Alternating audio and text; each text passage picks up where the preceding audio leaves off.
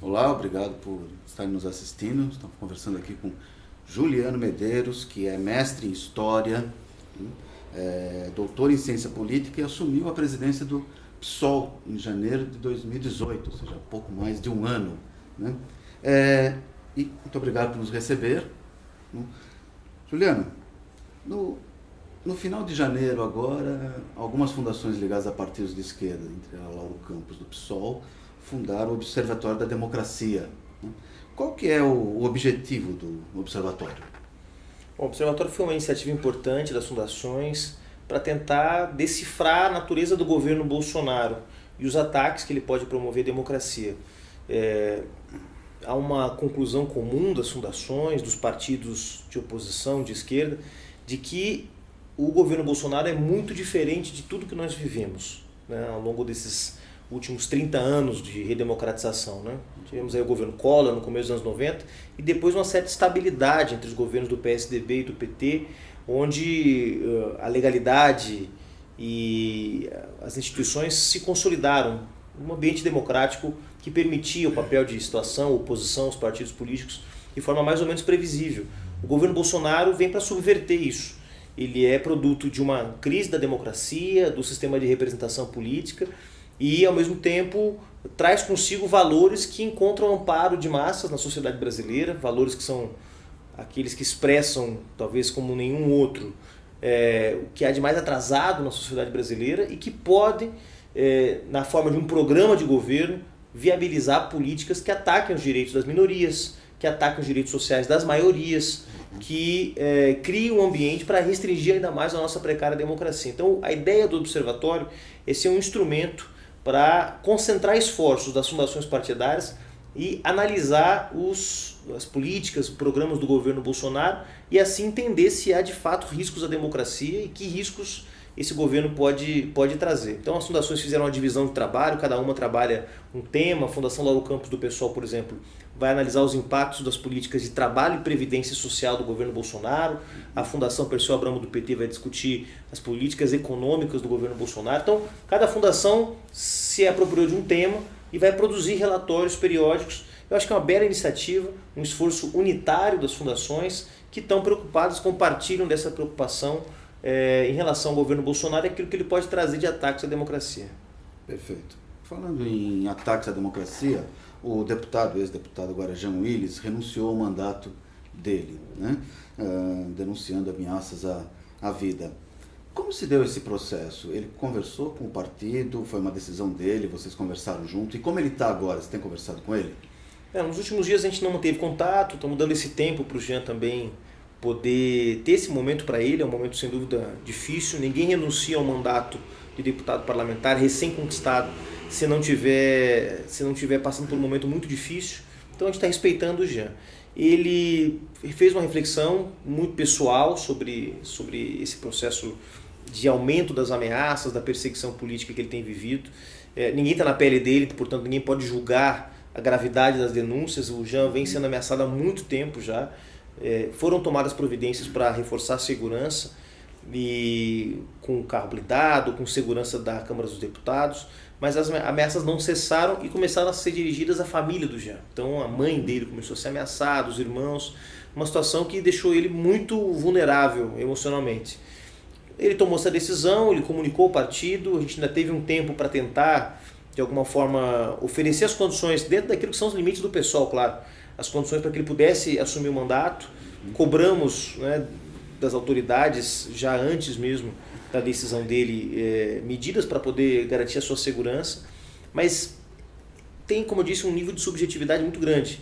E ele não sentiu que as medidas que foram tomadas pela Câmara dos Deputados, pelo Poder Público, foram suficientes para garantir a sua integridade física. Então, é uma decisão muito difícil, claro que nos deixou muito tristes, muito abalados também, mas eu não tenho dúvida de que o David Miranda, que assume o mandato dele como deputado, vai fazer um grande trabalho. É também um ativista das causas LGBT, uma figura que tem, esses 2 anos como vereador no Rio de Janeiro, feito um trabalho excepcional e vai conseguir, de alguma forma, suprir um pouco essa ausência que o Jean traz. Mas ele está bem, pediu para tranquilizar todo mundo e que, da onde ele estiver, vai seguir defendendo as causas que ele acredita.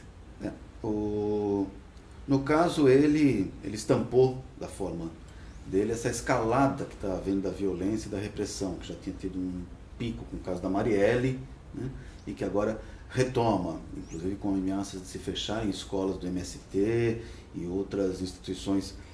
Como é que o pessoal avalia essa escalada da violência em nível nacional, principalmente contra militantes e entidades? A gente está muito preocupado. Talvez nenhum outro partido tenha sido vítima de forma tão cruel dessa escalada de violência quanto nós com o assassinato da Marielle, que você lembrou. Mas não foi o único episódio que mostra um processo de aumento da violência, do ódio e da intolerância política. Outros episódios de violência contra ativistas sem terra, sem teto, sindicalistas, defensores de direitos humanos, isso é uma constante no Brasil. Mas não há dúvida de que essa situação tem piorado nos últimos anos. Eu acho que a situação que envolve o ex-presidente Lula também é uma expressão desse aumento, digamos assim, do cerceamento das liberdades políticas, das liberdades individuais, chegando até agora a decisão do Jean. Nós fizemos na semana passada em São Paulo um ato político para tentar demonstrar que a decisão do Jean, embora evidentemente seja uma decisão de caráter pessoal, mas ela expressa um contexto de deterioração da nossa democracia. No momento em que um parlamentar não se sente seguro para tomar posse do mandato, hoje mesmo tivemos a notícia de que a nossa deputada estadual do Rio de Janeiro, Dani Monteiro, no seu primeiro dia como deputada estadual, teve o carro vandalizado com ameaças, né, foram feitas pichações no seu carro, o que mostra que o ambiente para ativistas de esquerda, especialmente se forem mulheres negras, como é o caso da Dani Monteiro, da Marielle Franco, da Thalíria Petroni, da Áurea Carolina, o pessoal tem várias parlamentares negras nessa legislatura que se inicia nas Assembleias Legislativas e também na Câmara dos Deputados. O ambiente para a esquerda e para essas pessoas que representam aquilo que o velho parlamento composto de homens brancos e velhos não está acostumado a ver, essas pessoas estão mais vulneráveis, né? No caso do Jean também, um ativista da causa LGBT. Então nos preocupa muito. No ano passado nós já tivemos a iniciativa de compor uma frente com 7 partidos, que parece pouco, mas é um quinto do sistema partidário brasileiro: PT, PSB, PDT, PCdoB, PCB, PSOL e PCO. Os 7 partidos construíram um manifesto em defesa da democracia e contra a escalada de violência. Agora, eu não tenho dúvida que essa escalada também tem um componente que é do fortalecimento das tendências de extrema-direita.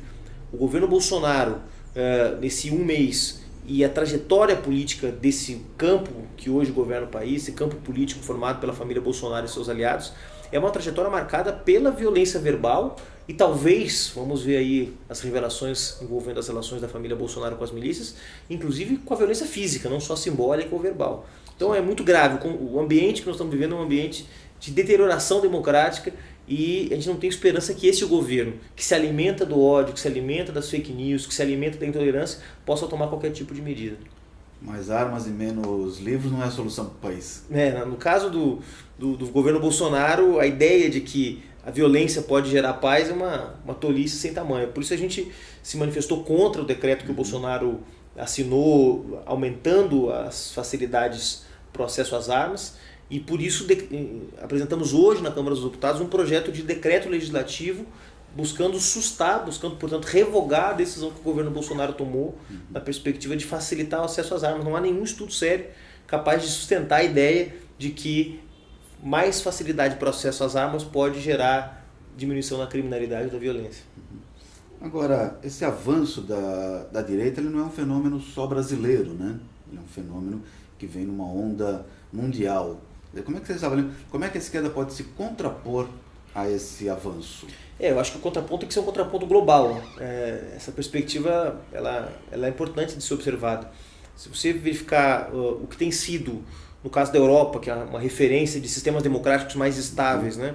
O avanço das forças de extrema-direita na Grécia, com a Aurora Dourado, na Itália, com o Movimento 5 Estrelas e a Liga do Norte, na Alemanha, com a Alternativa para a Alemanha, na França, com o Front National. Então, vários países, nos países nórdicos, que são países reconhecidos pela estabilidade dos seus sistemas democráticos, dos seus sistemas políticos, onde a centro-direita e a centro-esquerda se revezam no poder há muitos anos, mostra que há um problema. E esse problema, para nós do PSOL, reflete uma crise de duas ordens. A primeira é uma crise de natureza econômica. A globalização está sendo colocada em xeque. Por quê? Porque foi uma globalização produzida para concentrar riqueza, para concentrar poder, né, numa minoria. E na medida em que os direitos do estado de bem-estar social vão começando a fazer água, começando a se desmanchar, os direitos que foram conquistados no pós-guerra na Europa, os projetos de, digamos, administração dessa globalização limitada e precária para a maioria das pessoas vão começando a ser questionados. Então, quando os projetos de centro-esquerda e centro-direita começam a entrar em crise, ganham força os projetos de extrema-direita, e eu não diria de extrema-esquerda, mas de esquerda mais radical. Então, se você tem a crise do Partido Socialista Operário Espanhol, você tem o surgimento do Podemos, que é um partido hoje com 20% na intenção de votos na Espanha. Você tem a crise do Partido Socialista em Portugal e o crescimento do bloco de esquerda. Na Grécia, isso inclusive chegou a levar à vitória da extrema-esquerda, né, com a vitória do Syriza na crise do Partido Socialista Pan-Helênico, PASOK. Então, é um fenômeno mundial. A extrema-direita cresce na crise da globalização. E a outra crise é a crise da democracia liberal, que é uma democracia de pouca permeabilidade às demandas sociais, ou seja, pouco capaz de assimilar as críticas, a necessidade de participação, de organização popular, e que entra em crise. Então a crise da globalização e a crise da democracia liberal são um terreno fértil para saídas radicais, à direita e à esquerda. Então nós que nos identificamos com esses projetos de esquerda radical, entre aspas, também vemos nesse momento também a possibilidade de contrapor essa agenda da extrema-direita, no Brasil representado pelo Bolsonaro, nos Estados Unidos pelo Trump, nas Filipinas pelo Rodrigo Duterte e por aí vai, contrapor essa agenda de extrema-direita com uma agenda de esquerda radical que aponte uma saída alternativa à saída que os partidos de centro-direita ou centro-esquerda têm buscado apresentar e que têm sido rechaçados ao mundo todo. Uma dessas formas é a articulação de um bloco de esquerda que está sendo feito na Câmara. Agora, qual que é de fato a viabilidade desse bloco, quer dizer, sabendo das divergências que os partidos têm, PSOL com o PT, por exemplo, né, e das suas próprias contradições internas de cada um e os objetivos eleitorais e políticos que são absolutamente justos de cada agremiação? Não, é isso. Primeiro, entender que cada partido tem o seu projeto de autoconstrução, tem a sua perspectiva tática, estratégica, tem as suas condições para crescer, para tentar buscar liderança. Os partidos, num ambiente democrático, buscam liderar, né? Buscam conquistar a liderança política num ambiente minimamente democrático. E acho que é isso que as forças de esquerda também buscam fazer num contexto de fim de ciclo. Que ciclo foi esse? O ciclo da experiência do PT como força de governo, como força hegemônica na esquerda e, claro, de fim desse ciclo é a possibilidade de que esse novo ciclo que se inicia possam ter outras forças de esquerda também buscando protagonismo. Isso é legítimo, o pessoal está lutando por isso também.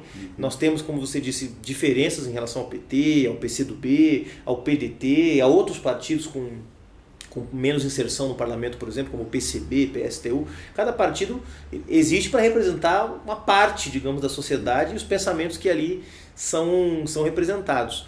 No caso do PSOL, nós vamos, evidentemente, lutar para convencer a maioria do povo brasileiro de que nós somos a melhor alternativa de esquerda. Mas isso não pode se sobrepor à necessidade de compor uma ampla frente única de partidos independentes, partidos que fazem oposição ao governo Bolsonaro, para fazer frente a esse governo. Então, nenhum projeto de autoconstrução, e acho que esse é um debate importante que a esquerda brasileira travou no mês de janeiro por conta da eleição para a presidência da Câmara dos Deputados e do Senado Federal, nenhum projeto de autoconstrução pode ou deve se sobrepor às necessidades imediatas da luta política que exigem uma frente entre todos os partidos de oposição ao governo Bolsonaro, por uma razão óbvia, porque nós precisamos barrar os ataques que o governo Bolsonaro vai tentar impor ao povo brasileiro a partir do Congresso Nacional, mas não só através dele. A reforma da Previdência vai ser enviada para o Congresso nos próximos dias, há outras medidas que atacam os direitos do povo brasileiro que vão ser encaminhadas para o Congresso Nacional, mas é também a necessidade de manter mobilização de rua. Nós podemos ter uma bela frente parlamentar com a maioria dos partidos de oposição ao governo Bolsonaro, mas se não tiver mobilização de rua, com as centrais sindicais, movimentos sem terra, sem teto, a juventude, nós vamos ter poucas condições de barrar os ataques do governo Bolsonaro. Então é uma ação combinada de construir entendimentos no âmbito do parlamento, entre os partidos com representação parlamentar, mas também de construir entendimentos no âmbito da luta política de massas entre os movimentos sociais para fazer frente. Apesar das dificuldades, nós vimos muitas dificuldades no mês de janeiro, nesse debate sobre a unidade da esquerda, eu estou otimista de que o bom senso vai acabar falando mais alto e os partidos vão construir as condições para o entendimento e para a luta unificada contra o governo Bolsonaro. Esperamos que sim. Nessas eleições a gente viu o fenômeno e o poder das fake news, né? E das novas tecnologias de comunicação. E a mídia, ela é tradicionalmente atacada e apontada como um ente manipulador acima dos poderes, que tem um poder que não é nada regulado. Pessoal, tem alguma proposta de regulamentação da mídia? O primeiro, cumprir a Constituição. Há um estudo do Intervozes, que é um movimento importante em defesa da democratização da comunicação, que mostra que apenas com a aplicação de mecanismos de regulação constitucionais, ou seja, aplicando a lei como ela deveria ser aplicada, isso já seria suficiente para enfraquecer o sistema de monopólio dos meios de comunicação que hoje existe. Então, você não precisaria criar uma lei de meios como existe na Argentina, não seria preciso subverter a Constituição, criar várias leis, só aplicando os mecanismos de regulamentação que já existem, você já teria um avanço drástico. Vou dar um exemplo: a propriedade cruzada dos meios de comunicação ou a propriedade de meios de comunicação por políticos, o que é proibido por lei. Se você tivesse um maior controle desses mecanismos de regulamentação que existem, que estão previstos em lei e na Constituição, você já teria um avanço importante. Agora, sobre o tema das fake news, é importante registrar: o Brasil virou uma terra sem lei nesse sentido. O impacto das fake news, das mentiras disseminadas nas redes sociais, grupos de WhatsApp, sobre o processo eleitoral foi imenso. Quer dizer, você perceber que candidatos que estavam em terceiro, quarto, quinto colocados na disputa para o Senado, na disputa para os governos estaduais, e que foram impulsionados por essas mentiras, quer dizer, as mentiras que foram utilizadas contra os seus adversários, Romeu Zema em Minas Gerais, Witzel no Rio de Janeiro, disputa para o Senado, nomes que ninguém conhecia, que se elegeram senadores. Então, esse fenômeno foi um fenômeno com impacto profundo no processo eleitoral. Nós chegamos a fazer uma comitiva de partidos que foi até a ministra Rosa Weber, que estava como presidente do TSE na época, pedindo que o TSE tomasse providências urgentes para coibir o processo que estava em curso, que era uma fraude. Quer dizer, quando você manipula a vontade do eleitor com mentira, você está produzindo uma fraude.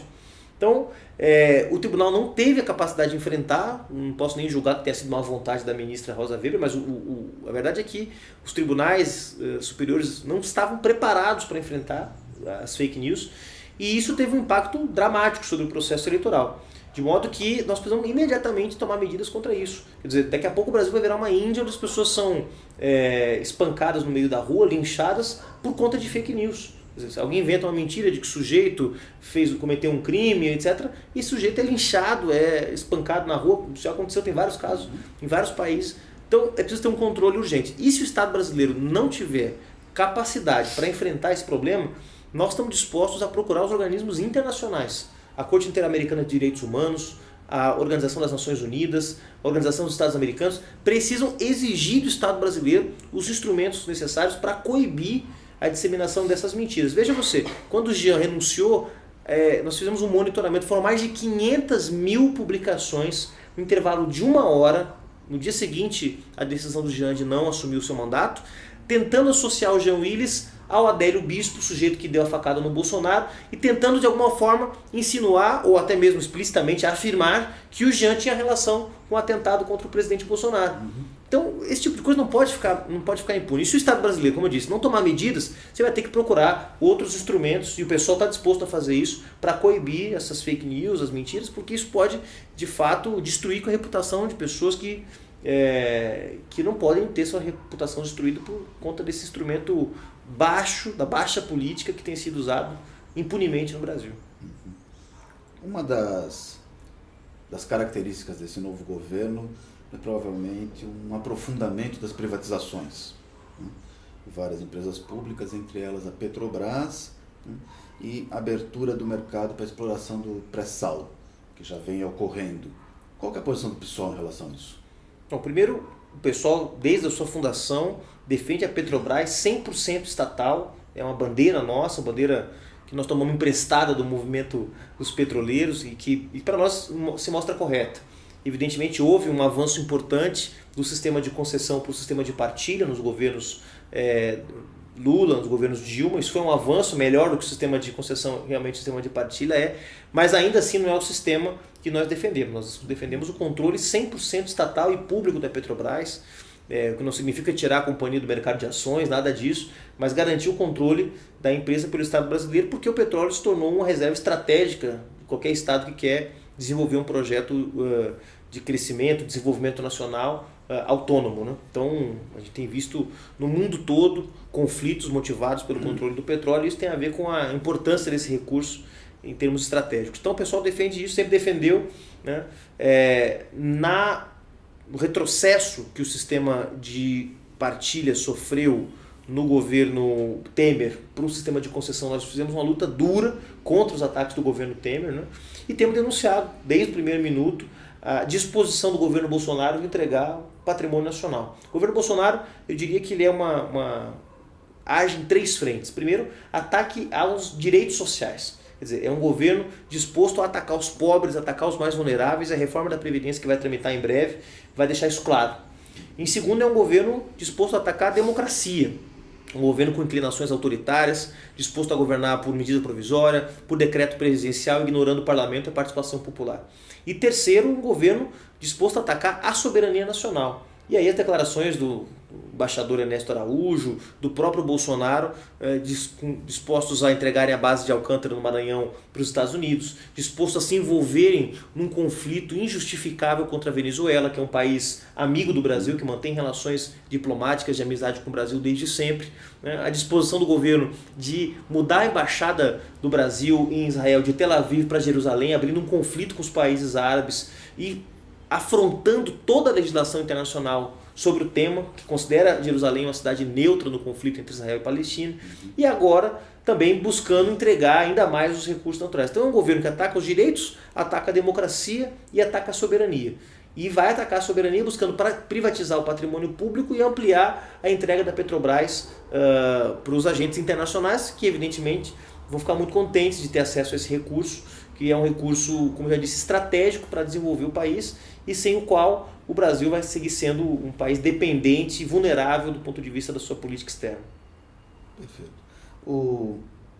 Para fechar, o geógrafo Milton Santos disse certa vez que o presente é a escolha de futuros possíveis. Qual é o futuro possível a partir do presente do país? Olha, o Frei Beto, para usar também, parafrasear um grande lutador da esquerda brasileira, sempre diz o seguinte: deixemos o pessimismo para tempos melhores. Então, isso não quer dizer que eu advogo em favor de um otimismo estúpido, mas que, de fato, o povo brasileiro tem uma capacidade transformadora extraordinária. E eu acredito mesmo, que muito em breve essa ilusão que se criou em torno do governo Bolsonaro, de que o Bolsonaro podia ser uma saída para a crise econômica, social, política que o Brasil vive, que em breve essa ilusão vai se dissipar, né? Tenho acompanhado, tentado estudar aí exemplos de países que também passaram por governos de extrema direita e, via de regra, esses governos não conseguem entregar aquilo que prometeram. Isso gera uma frustração grande e gera espaço para mudanças. Então eu estou muito otimista agora. O exemplo da Colômbia é o exemplo mais claro. O governo Duque não tem nenhum ano de que o Iván Duque foi eleito presidente da Colômbia, com promessas de que ia resolver o problema do país. Um governo de extrema direita está com menos de 30% de aprovação. O governo despencou na sua popularidade porque não foi capaz de entregar aquilo que prometeu. Então eu estou pessimista com o que pode ser o governo Bolsonaro, não tenho nenhuma expectativa de que possa ser um bom governo, mas otimista de que essa frustração envolvendo o governo Bolsonaro, um governo que certamente não vai ser capaz de resolver os problemas do país, possa abrir espaço para que a esquerda volte a ser ouvida pelo povo brasileiro, volte a se conectar com o povo brasileiro e apresente saídas. Eu acho que essa é a minha expectativa e não tenho dúvida de que o pessoal vai trabalhar nessa perspectiva para reconectar a esquerda com o povo brasileiro e com os anseios das maiorias sociais. Obrigado. Valeu, obrigado. Obrigado a vocês, Leão. Abraço.